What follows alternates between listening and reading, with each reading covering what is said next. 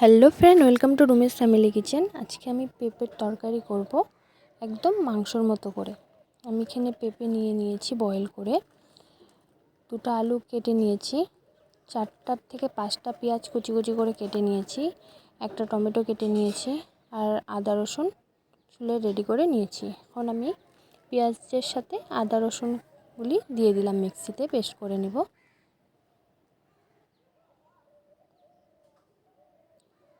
আমি সাথে এখানে জিরা ধনিয়ার গুঁড়োও দিয়ে দিয়েছি 2 চামচ করে।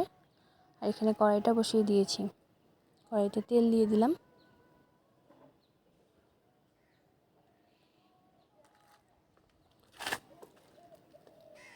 তেলটা গরম হয়ে গেছে, একটা তেজপাতা সম্বারে দিয়ে দিলাম, গোটা গরম মশলা দিয়ে দিলাম,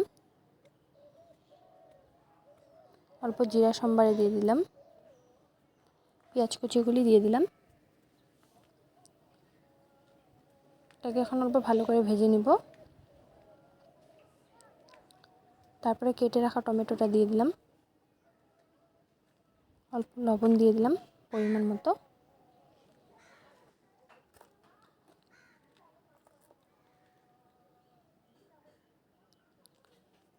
কেটে রাখা আলুগুলি দিয়ে দিলাম, হলুদ গুঁড়ো দিয়ে দিলাম, সয়াবিন দিয়ে দিলাম। সয়াবিনগুলি আমি ভালো করে ধুয়ে নিয়েছি, ভালো করে নাড়াচাড়া করে নিলাম। তারপরে আমি এখানে মশলাটা দিয়ে দিলাম, আদা রসুন জিরার গুঁড়া ধনিয়ার গুঁড়া যেটা মশলাটা করেছিলাম এটা দিয়ে দিলাম। তারপরে আমি মিক্সির বাটিটা ধুয়ে জলটাও আমি দিয়ে দিলাম, দিয়ে ভালো করে মশলাটাকে অল্প ভেজে নিব। অল্প জল দিয়ে দিলাম, মানে লঙ্কার গুঁড়ো দিয়ে দিলাম কালারের জন্য।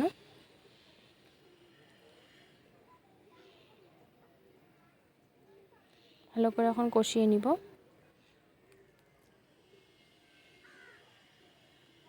কষানো হয়ে গেছে, আর অল্পই হবে, তার জন্য আমি অল্প একটু জল দিয়ে আরেকটু ভালো করে কষিয়ে নিব। এখন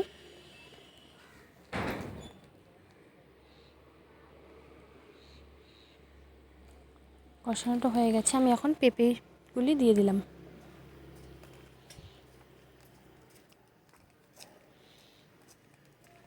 পেঁপেগুলি দিয়ে ভালো করে নাড়াচাড়া করে নিলাম।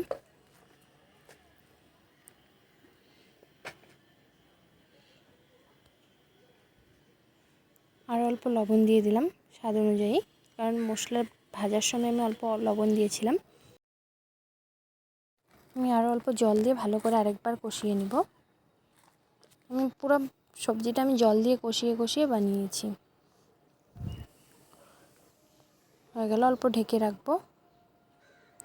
ঢাকনাটা উঠিয়ে নিলাম, নাড়াচাড়া করে নেব।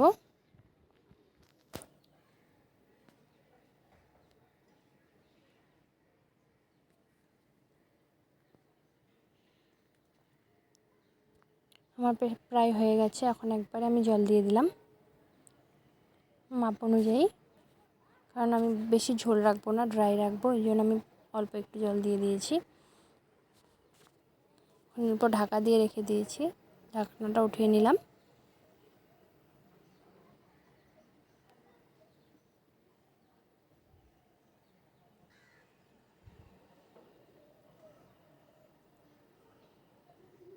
এটা আমার হয়ে গেছে, গ্যাসটা অফ করে দিয়েছি। তারপর আমি কচুরি মেথিটা দিয়ে দিলাম, 1 চামচের মতো বাটার দিয়ে দিলাম, দিয়ে এটাকে এখন আমি নামিয়ে নিব। যদি ভিডিওটি ভালো লেগে থাকে like comment share and subscribe করে দিবে। ধন্যবাদ।